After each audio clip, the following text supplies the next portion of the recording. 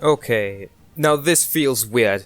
As context to everyone watching this in the future, I said I wasn't going to review the Series 8 finale. However, since my break in Series 8 reviews, the Forest of the Shite one being written way back in September 2020, and this one being written on the 6th of February 2021, I have slagged off this finale quite a bit in both these videos because of how Moffat handled his finales. And I thought to myself, since Moffat gets all of his finales wrong to some extent, even if in a little way, would I even enjoy this finale anymore? I really hope so, because if my memory serves me correctly, what Moffat did in Series 8 and 9 would be have two arcs and one would fail, and the other one would succeed so exponentially that you wouldn't even care that the other one failed. In Series 9, the hybrid arc is terrible, but the Clara obsession arc is fucking fantastic. Now in this case, the good man arc is incredible, but is the Missy one a letdown? Only this review will let us know.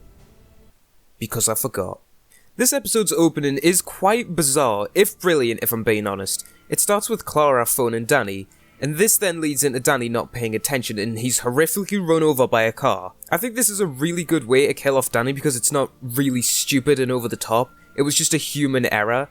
However, there is a few nitpicks with this scene. While I do like the idea of Clara finally going to stop lying about travelling with the Doctor, why start with saying I love you? That not only is going to arouse suspicion, but then she gets on his case about it. Like, it's just such a bizarre way of getting someone to say that they love you. Also, why do they reuse the same footage and sound of Clara saying shut up like 3 times? It's so obviously not a second take. And it just sounds weird. Shut up, shut up, shut up. The shot of Clara arriving at the scene only for her to pull around and reveal that that incident was a while ago was a fucking fantastic shot. It's such a great way of showing a passage of time and how Clara hasn't moved on from it. The scene afterwards is fucking excellent as well, and sets up 2 things brilliantly. Clara and the Doctor being bad for each other, which is paid off later at the end of Death in Heaven, and becoming more like the Doctor scenario, which is shown in Series 9, which is brilliant. Just can I stop fucking burping during the recording, please? These are both shown when Clara says that Danny's death is boring, which obviously isn't a normal reaction to a death of a loved one, and shows that she's gotten way too wrapped up in her life with the Doctor. And when she says she's owed better, shows the becoming more like the Doctor and obsession greatly. It's only a little scene, but I'm surprised it goes under the radar so much. Also, why the fuck is this the first time we see any of Clara's family in Series 8, and the last time we see any of her family? You know how poorly Clara's life is written when we literally only see her family twice? Imagine something like that happening in Russell's era. Imagine how much less impactful Rose and Martha travelling with the Doctor would be. Even Donna. After another out of sync title sequence, what follows that is one of the greatest scenes in Series 8. The throw away the key scene. This scene is absolutely fantastic, and I've got to commend Capaldi more than usual in this scene. He's absolutely excellent here, as he's acting, as the Doctor acting, as if he's going to lose or is in a vulnerable position, and he absolutely smashes it the entire time. And he's not the only one. Jenna Coleman's portrayal of an unstable and emotionally wrecked Clara here is fucking brilliant, and this really shows how much she loved Danny.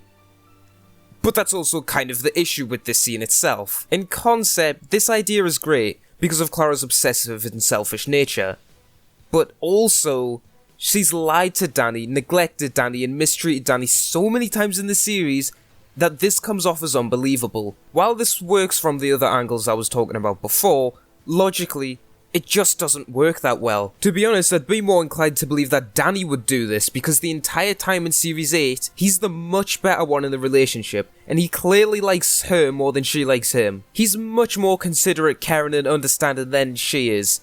Honestly, he deserves better than Clara. However, this scene is still fantastic, and shows how far she would go, and how much worse of a person she became because of her life with the Doctor. Which leads into blah blah blah, you get the gist. The switch around that the Doctor was in control the whole time is fucking brilliant and gets me every time. And I love that those sleep patches things wouldn't work on him, because it's been established in the revival that the Doctor doesn't sleep, he would just lie awake. And it also adds more mystery onto the character and just reminds us of how powerful he can be. And then once Clara's revealed to what she's done, we get another one of Capaldi's best lines ever.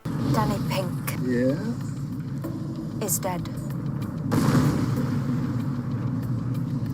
And? That wasn't it, I just think that's fucking hilarious, but this is. Do you think I care for you so little that betraying me would make a difference? This This right here is what stood out to little 10-year-old me and told me that Capaldi was going to be one of the greatest doctors that we were ever going to get. Not as if he hadn't already proved himself several times in Series 8, but this just stands out the most to me, because betrayal is one of the worst things that anyone could ever do to a person. I've been betrayed in my life before, and it fucking sucks. It is the worst. But he doesn't even give it a second thought.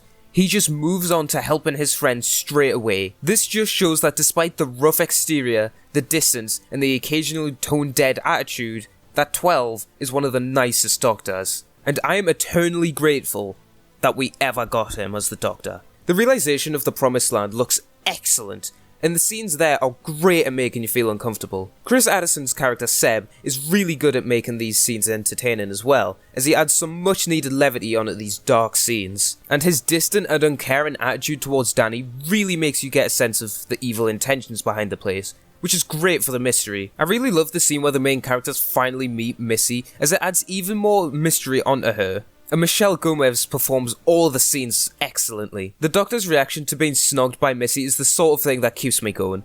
Look at this poor man! Someone help him! The next scene with Danny is another one of those that just makes you feel off. And it also shows us why Danny had such massive regrets from being a soldier. Something that was set up all the way back in episode 2. It's revealed that he accidentally killed a child. And this is awful! And explains some great lines from Danny. Where did you get to become so wise? Same way as anyone else. I had a really bad day. Back with the Doctor and Clara, we get an explanation as to why the skeletons stay intact. We call it dark water.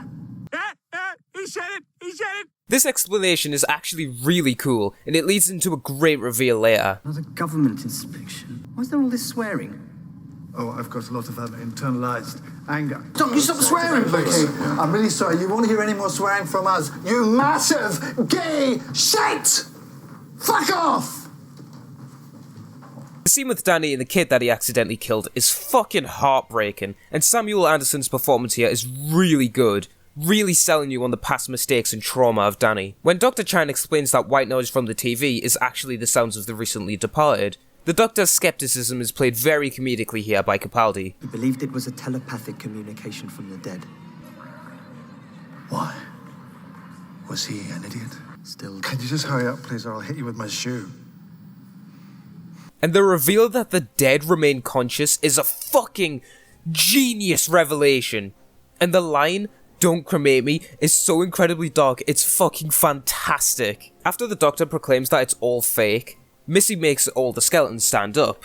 The pre-reveal to it being the Cybermen was very good also, when the Doctor and Chang leave and we hear the deep booming notes and the reveal of the shape on the door. Very good teaser. And Missy going full, well, Missy was great. In the scene where she kills Dr. Chang and we can see her playful yet chaotic evil nature. The Nervosphere. You know, it's ever so funny.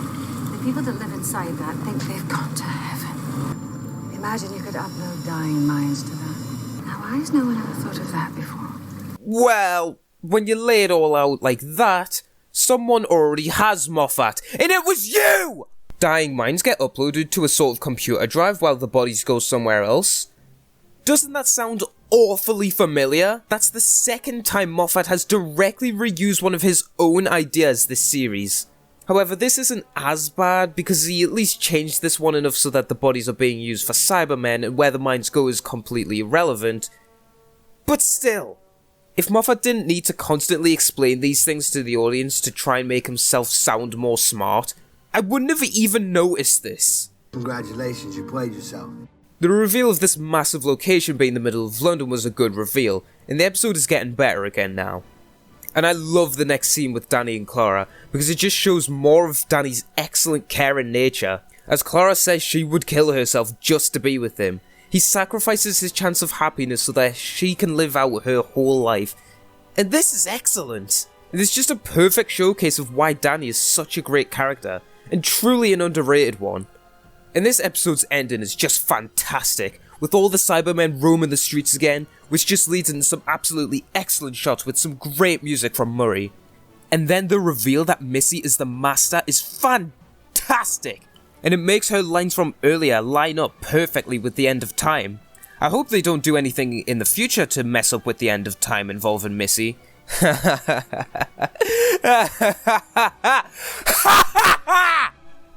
Missy's lines about the graves given birth was also a great line, and I hope they do loads with that in the second half. I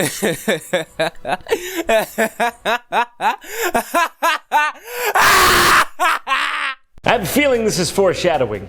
So, that was Dark Water, and upon rewatch, this still remains one of the best Series 8 episodes. It leads up to the finale well, is filled to the brim with excellent ideas, Capaldi, Coleman and Gomez are on top form throughout, and all have some fantastic character scenes in this one. The mystery build-up is fantastic, the cliffhanger is amazing, and I can't wait to see all of it, well not all of it, but most of it get squandered by the second part. But at least Dark Water remains a masterpiece of an episode. Death in Heaven, on the other hand... Yeah, fuck you, dude. I'm gonna kill you for this.